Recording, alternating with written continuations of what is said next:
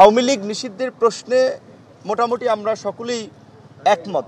তো আমাদের যদি আওয়ামী লীগ নিষিদ্ধে ঐক্যমত থাকে, আমরা চেয়েছিলাম যে আজকের এই মিটিং থেকেই আওয়ামী লীগের বিষয়ে একটা সিদ্ধান্ত হোক, যেহেতু আরও বেশ কিছু বিষয় রয়েছে, যেমন জাতীয় নির্বাচন আগে হবে না স্থানীয় নির্বাচন আগে হবে। এখানে আপনারা জানেন যে বিভিন্ন রাজনৈতিক দলের ইতিমধ্যেই নির্বাচন কেন্দ্রিক একটা জোট বা অ্যালায়েন্স হয়েছে। কাজে সেক্ষেত্রে ওই দল বা জোটের অবস্থানটা আলাপ আলোচনা সাপেক্ষে একদিকে। তো যদিও বেশ কিছু দল এটা বোঝাতে চেয়েছে যে স্থানীয় নির্বাচন যদি আগে হয় তৃণমূলে সংঘাত সহিংসতা বাড়বে।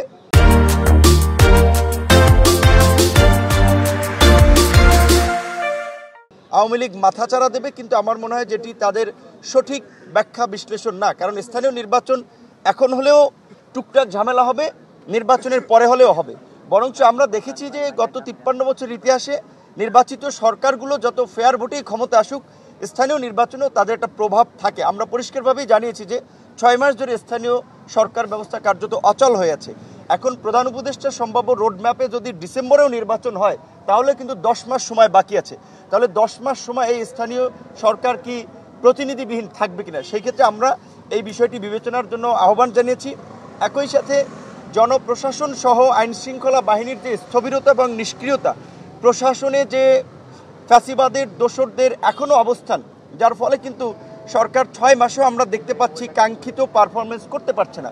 বিশেষ করে স্বরাষ্ট্র উপদেষ্টা কিংবা স্বরাষ্ট্র মন্ত্রণালয়ের কার্যক্রম নিয়ে জনমনে অসন্তোষ রয়েছে, রাজনৈতিক দলগুলো সেটি ব্যক্ত করেছে। স্বাস্থ্য মন্ত্রণালয়ের ধীর গতি, এবং আমরা মনে করি যে কৃষি, এটা আমরা প্রধান উপদেষ্টার সামনেও বলেছি, কৃষি এবং স্বরাষ্ট্র এই রকমের ভারী মিনিস্ট্রি দুজনের পক্ষে সম্ভব না। বিদ্যুৎ, জ্বালানি, রেল, সড়ক পরিবহন এরকমের গুরুত্বপূর্ণ 3টি মিনিস্ট্রি একজনের পক্ষে পরিচালনা সম্ভব না। সেই ক্ষেত্রে আমরা বলেছি যে রাষ্ট্র রাজনৈতিক প্রতিষ্ঠান, রাজনীতিবিদদের ছাড়া রাষ্ট্র পরিচালনা সম্ভব নয়। যদিও এই সরকারের সামনেই আমরা বলেছি, তাদের একটা প্রবণতা আমরা লক্ষ্য করেছি, রাজনীতিবিদদেরকে বাইপাস করে কিছু কাজকর্ম করা। কিন্তু আমরা বলেছি যারা 5 বছর আগামীতে রাজনীতিতে যুক্ত হবে না, প্রয়োজনে সেই শর্তে অভিজ্ঞ রাজনীতিবিদদেরকে নিয়ে আগামীর কাঙ্ক্ষিত বাংলাদেশ বিনির্মাণে উপদেষ্টা পরিষদ পুনর্গঠন করতে হবে। মোটামুটি এই প্রস্তাবনাগুলোই আমাদের জায়গা থেকে ছিল।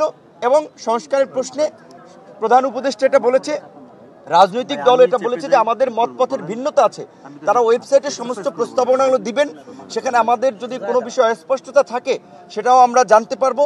তাদের সহযোগী টিম থাকবে।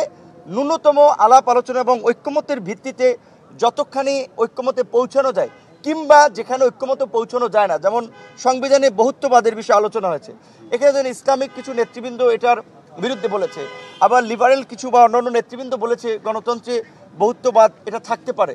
কাজে তাহলে এখানে একটা জায়গাতে পৌঁছাতে হবে। সেই আপনার বিষয়টা প্রধান উপদেষ্টার উপরে ছেড়ে দিয়েছেন যে নেগেটিভ অর্থে কর্তৃত্ববাদ নয়, কিছু ক্ষেত্রে লিড দেওয়া, সিদ্ধান্ত গ্রহণের ক্ষেত্রে প্রধান উপদেষ্টা সহ সরকারকে শক্ত ভূমিকা নিতে হবে দেশ, জাতি এবং আগামীর বাংলাদেশ বিনির্মাণের প্রয়োজনে। এই বিষয়ে সকলে মোটামুটি একমত হয়েছে। আশা করি খুব দ্রুতই অফিসিয়াল মিটিংয়ের মাধ্যমে এই সংস্কারগুলোর একটা বাস্তবায়ন আমরা দেখতে পাবো।